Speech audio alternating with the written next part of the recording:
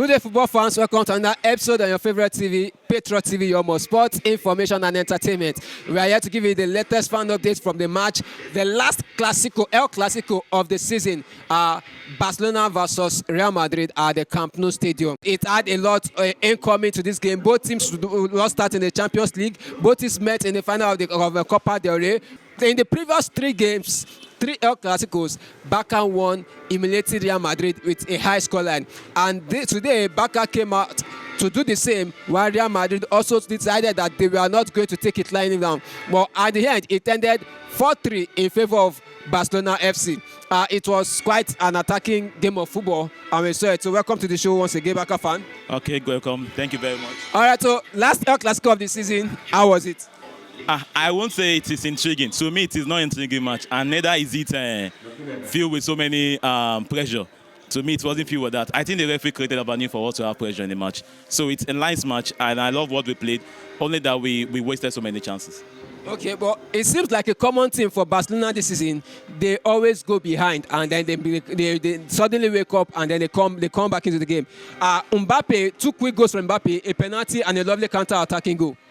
I think it's a nice mentality for us to come back, but obviously, why do the work very hard when you can do it softly? Why put yourself in a position where you have to tinkle out of the box to create a mentality to win a match back? Oftentimes, we make some schoolboy mistake, majorly from our keeper sometimes.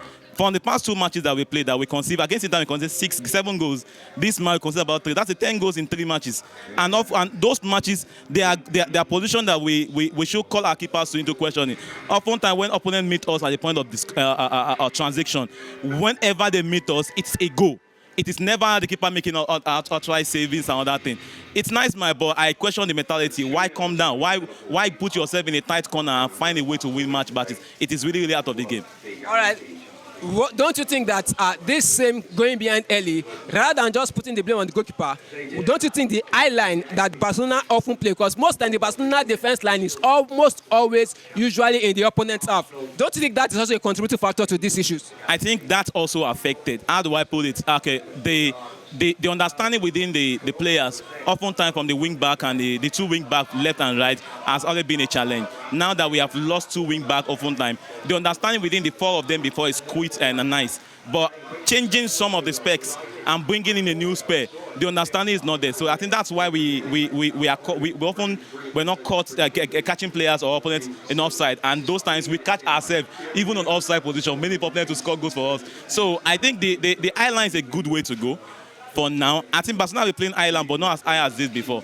But this up to now high line, and I think I blame those things on injury and understanding chemistry of the players that we have at the back line now.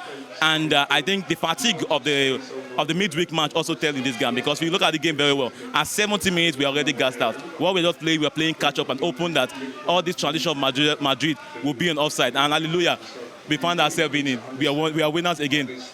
All right, so let's talk about talking points, and then we'll talk about players. So talking points, Madrid penalty was given, but Barcelona penalty was denied.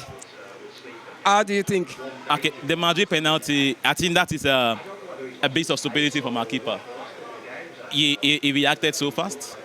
It's not a rocket science. It's a simple play that Mbappe is the fast player. Whether you like it or not, he'll get there before you. So what you can do is just to guide him and guide him off the pitch. Guide the opposition where he has to change direction for you to cover. But he did not do that. He attacked the ball as if he wants to clear the ball or what?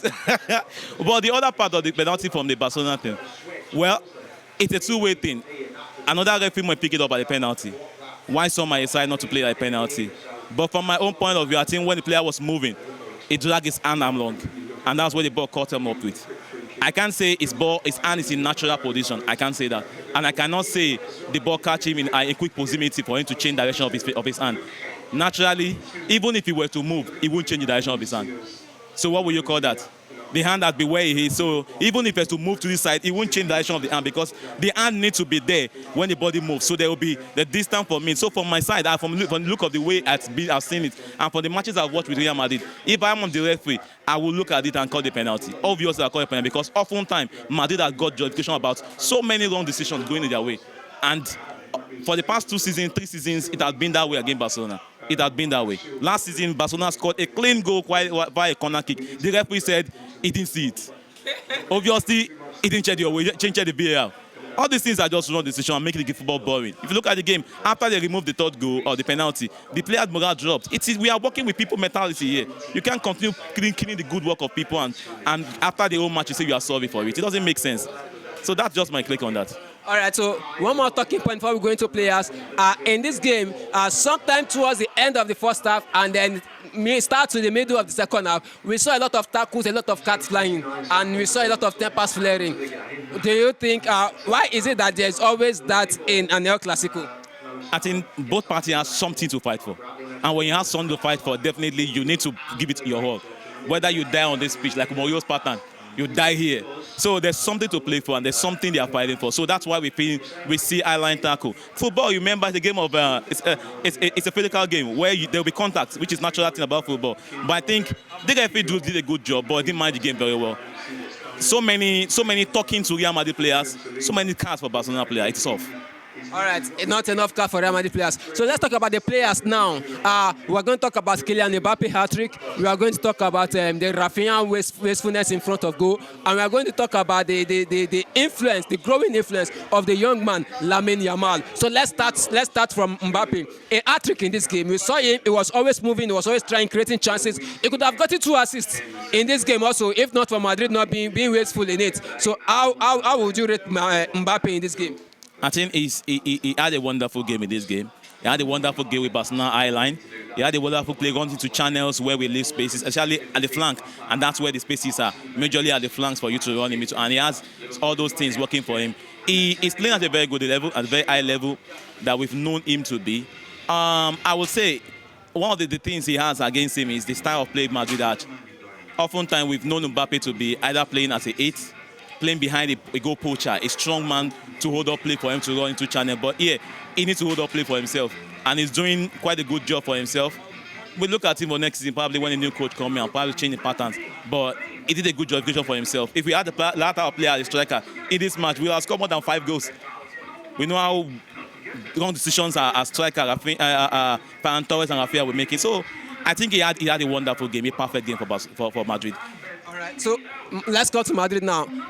Rafinha, 56 goal involvement this season, and also he scored 2 goals, but he could have scored up to 5. We saw a Ferran Torres who could have scored a hat-trick alone in the first half. Though he ended up having an hat-trick of assists, but he could have actually scored 3 goals within the first 35 minutes of the first half, but it was so wasteful. How would you rate them? Obviously, we look at the work rate of Rafinha. We said he did well. He did a wonderful job. I would say Ferran Torres also did a wonderful job going to the channels, trying well to do hold-up play, and he did it well against the Madrid defense. Though Madrid don't have the bully defenders like in Rudiger today, which made him strive and make it feel like he has done a wonderful job. But looking at the all work rate of both teams, they did a wonderful job doing the work rate. But what do we bring them in the game for? To score goals, and that's where they are lacking. I think Barcelona created so many chances today for Rafinha to have 2 goals. Peradventure, we have only 2 chances created. We would have lost the game. He should do better in scoring goals. He should do better. You can't do so many good jobs, good ball control, good progression, go understand of the game, go run into channels, and the little things of the game, which is the goal scoring, is where you bluff it off. So I think he should do better. Probably next season, he need to work on converting more of the chances that he has. And I think going for Barcelona to do well, bringing a good striker and bringing players to deputize for other players that are good players as well. All right, Rafinha needs to do more. But also, fair to Rafinha, he was moved from his favorite, preferred right wing to the left side. So, but he still adapted. But anyway, I think on that, I will say it's a blessing on this guy for him. He's not the quickest player in terms of taking players one-on-one. And a style of Barcelona game will allow you to let balls in tight spaces, which you need to make 1 or 2 touches to dribble past the defender, which is that your first touch must be good. And that's what Xavi, Iniesta, Busquets tried on most of them. Messi, his first touches are also perfect. His first touches are taking player out of position for him to make the next move. But he is not that good in those areas. And where he can try so much is going to channels, making diagonal run, and that is the strength he does. So he should give kudos to the coach that make him look at this new talent, a new area. Like, okay, at this position, you don't need to look at your over your shoulder and you don't need to even make first time good touches for you. Just make the runs in the ball gets to you. Do your job, score the goals. And that's where it's not for now, but at the beginning of the season, everything he touches became good. But now, I think he's a bit deep in form, and he needs to get 6 or 7 touches before he can score a goal. All right, let's talk about the current man with the Midas touch in the Barcelona team, 17-year-old Lamine Yamal. We saw his influence in this game. We saw the way he kept trying, he kept creating chances, he kept passing the ball, he kept, running to the channels, creating space, and he scored a beautiful goal today. How would you rate Lamine Yamal? I'll give me a hate today.